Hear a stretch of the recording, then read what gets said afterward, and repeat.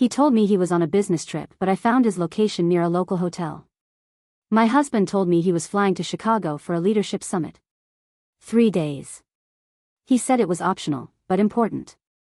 A chance to network, learn from other managers, maybe even get in line for a promotion. He packed a single carry-on, said he'd text when he landed, and kissed me on the forehead before heading out at 6 a.m. I believed him. Of course I did. We've been married 7 years, and he's traveled for work before. This wasn't new. But something felt different this time, and I couldn't shake it. It started small. He didn't text when his flight landed. Hours passed. I checked my phone twice, then 5 times, then stopped checking because I didn't want to seem obsessive. Around noon he finally replied with blanded. Busy already LOL. No photo, no details. Just that. Normally he sends a picture of the hotel or a joke about airport food. This time, silence. That night, I made dinner for myself and our daughter. He didn't FaceTime like he usually does. I texted, asking if he could say goodnight to her. He replied almost an hour later, said he was in a late session. She went to bed disappointed, and I sat on the couch, trying to silence the thought that had started forming in my chest. The next day around dinner, I was chopping vegetables when my iPad lit up on the counter. It was linked to his Apple account. I had forgotten that. A location ping appeared on the screen. I stopped what I was doing and stared at it. He was 3 miles away. Not in Chicago. Not at a summit. 3 miles. The pin hovered over a hotel we both knew, tucked off the interstate just outside the city. A place we had driven past a dozen times. I told myself it had to be a glitch. Maybe he had forwarded something to his work phone and the account got confused. Maybe he had a layover. Maybe. But my gut was screaming. I didn't confront him. Not yet. I couldn't. I needed to be sure. Accusing someone you love of cheating is like lighting a match in a house filled with gasoline. Once you say it, everything changes. You can't take it back. That night, I barely slept. I lay awake listening to the hum of the fan, replaying everything. The way he avoided my eyes the day before. The quick kiss goodbye. How his suitcase didn't seem to have enough packed for a winter trip. I had told myself I was imagining it. That I was tired, sensitive, maybe even insecure. But now I was starting to wonder if I had ignored signs for a lot longer than 3 days. The next morning, I opened our credit card app. It wasn't something I usually did. We split finances loosely, enough to trust each other. But I needed to see it. There was a charge from the hotel I saw on the location ping. The date matched the day he said he flew to Chicago. That same afternoon, another charge showed up for brunch. 2 meals. 1 card. I took a photo of the charges with my phone. Then I got in my car and drove toward the hotel. I told myself I wouldn't stop. Just drive past. Just see it with my own eyes and leave. I kept the music off the entire ride. When I reached the hotel parking lot, I didn't have to look long. There was a silver SUV parked near the side exit. I recognized it instantly. It belonged to our neighbor, Lydia.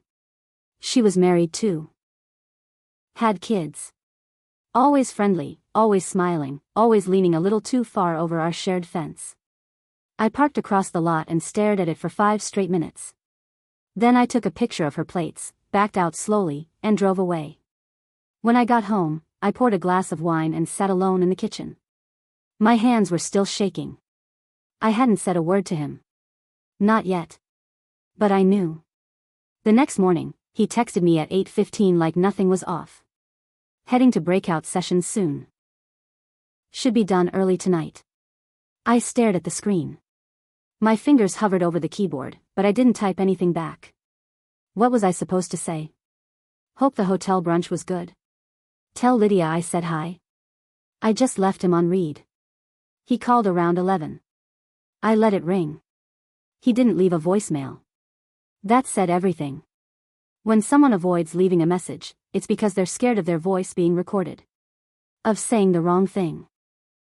I watched the screen go dark again and set the phone face down on the table. Later that afternoon, I checked his location again. Still at the hotel. No movement. No airport.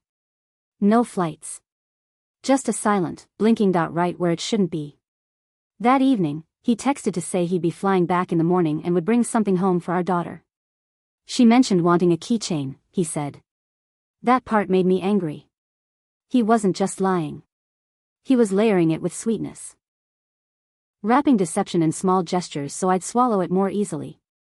The next morning, I watched him walk through the front door holding coffee and a Chicago keychain like nothing had happened. He kissed me on the cheek and smiled like he deserved a prize. Tough flight, he said, setting down his bag. Barely slept. I just nodded. You look tired. He laughed, unzipped his suitcase, and left it by the stairs. I waited until he left again. Said he had to run a few errands. That was perfect. As soon as the door clicked shut, I went straight to the suitcase. No jacket. No scarf. No Chicago anything. One shirt, a pair of jeans, some socks, and a toiletry kit that looked untouched. I checked the pockets of his jeans and pulled out a folded receipt from a restaurant 10 minutes from the hotel.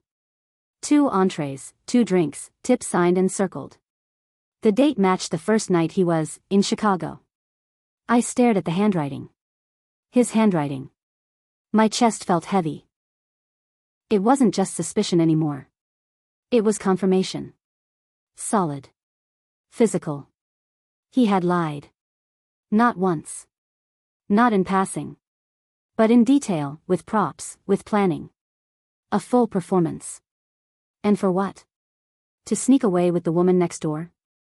I didn't cry. I thought I would. Instead, I just sat on the edge of the bed with the receipt in my hand and felt the calm before the storm settle in. It was a strange feeling. Cold, still, and oddly empowering. That night, he made dinner like he always did on Fridays. Stir fry, white rice, a glass of wine for both of us. He made small talk. Asked about our daughter's school project. Talked about a new guy at the office. He looked me in the eye when he spoke, as if that would make the lie stick better. I smiled. Nodded. Played along. But in the back of my mind, I was already arranging the next step. I printed everything. The hotel charge, the brunch receipt, the car photo, the location screenshot from my iPad. I laid it all out in a folder and slipped it under the bed. I wasn't ready to confront him yet. I wanted to do it when I was calm. Controlled. Fully prepared. Part of me wondered if I was overthinking it. If maybe, by waiting, I was giving him another chance to explain. But deep down, I knew. I had all the answers I needed. I just wasn't ready to hear them come out of his mouth. By Sunday, I had a plan. I would confront him that night. No yelling. No tears. Just facts on the table and a simple question. Why? Update, I finally confronted him. Here's what happened. First of all, thank you to everyone who reached out, commented, or even just followed this. I wasn't sure I'd ever post again, but I knew I needed to write this part down. Maybe to process it. Maybe to close the loop. I confronted him Sunday night after our daughter went to bed. I waited until the dishwasher had finished humming and the kitchen was quiet. He was sitting at the table scrolling through his phone. I went upstairs, grabbed the folder from under the bed, and came back down without saying a word. I sat across from him and slid it across the table. He looked at it like it was a joke. Like maybe I had made him a homemade birthday card, or printed out something cute our kid made in school. He opened it slowly. I didn't speak. The hotel receipt was on top. Underneath, the screenshot of his location ping. Then the photo of Lydia's car in the hotel lot. Then the brunch receipt with his handwriting. I had placed each item like evidence in a courtroom. He stared for a long time. No reaction. No reaching for excuses. Just silence. Finally, he looked up at me and said the most cowardly thing I've ever heard. You weren't supposed to know. Not, I'm sorry. Not, let me explain. Just that. You weren't supposed to know. It hit harder than I expected. That sentence told me everything I needed to know. This wasn't a one-time lapse. This was a system. A pattern. A plan built on my silence. My trust was something he relied on, not something he respected. I asked him how long. He said a year. Maybe longer. He admitted it started after Lydia's husband left town for a work transfer. Said it was just drinks at first, and that it got complicated. He looked tired. Like he had been waiting to be caught so he wouldn't have to lie anymore. I asked him why. He said he felt like a background character in his own life. That everything at home was routine. That Lydia made him feel new. Young. Not invisible. I didn't yell. I didn't cry. I just sat there and listened while the man I built a life with explained how he disappeared from it without ever leaving. I told him I would be contacting a lawyer in the morning. He didn't argue. He didn't try to stop me. That hurt more than anything. He just nodded, stood up, and said he'd sleep on the couch. I didn't sleep much that night. I stared at the ceiling, the fan spinning above me, and thought about all the moments that suddenly made sense. The trips. The missed calls. The changed passwords. The way Lydia started showing up in casual conversation like she belonged in our daily lives. It was never a glitch. It was a warning I didn't want to see. I still haven't told Lydia's husband. I don't know how to contact him without making things worse for their kids. But I will. He deserves to know what she's done, just like I did. I'm not writing this to ask what to do next. I know what comes next. I've already contacted the attorney. We'll be talking this week. I'm keeping the house. He can keep the keychain from Chicago. Final update, I'm not broken. Just done. It's been 6 days since I confronted him, and the house is quieter than it's ever been. Not just because he's gone. But because my mind has stopped spinning. There's no more second-guessing, no more questions, no more waiting for the next lie to drop into my lap. He packed a small duffel and left the morning after we spoke. He didn't ask to stay. He didn't try to explain any further. It was like something inside him had already let go before I ever knew what was happening. I didn't watch him leave. I just heard the door close, and that was enough. Our daughter hasn't asked many questions. I told her Daddy had to stay somewhere else for a while because he made a mistake. I didn't say more than that. She's smart, though. I think she knows more than she lets on. She always did pick up on the things we tried to hide. I met with the attorney 2 days ago. It was uncomfortable, but not difficult. I had already done most of the work in my head. There wasn't anything left to salvage. Just paperwork to file and a process to follow. I'll be keeping the house. He agreed to that without a fight. People keep asking me how I feel. I think they expect me to say shattered, or numb, or confused. But the truth is, I feel clear.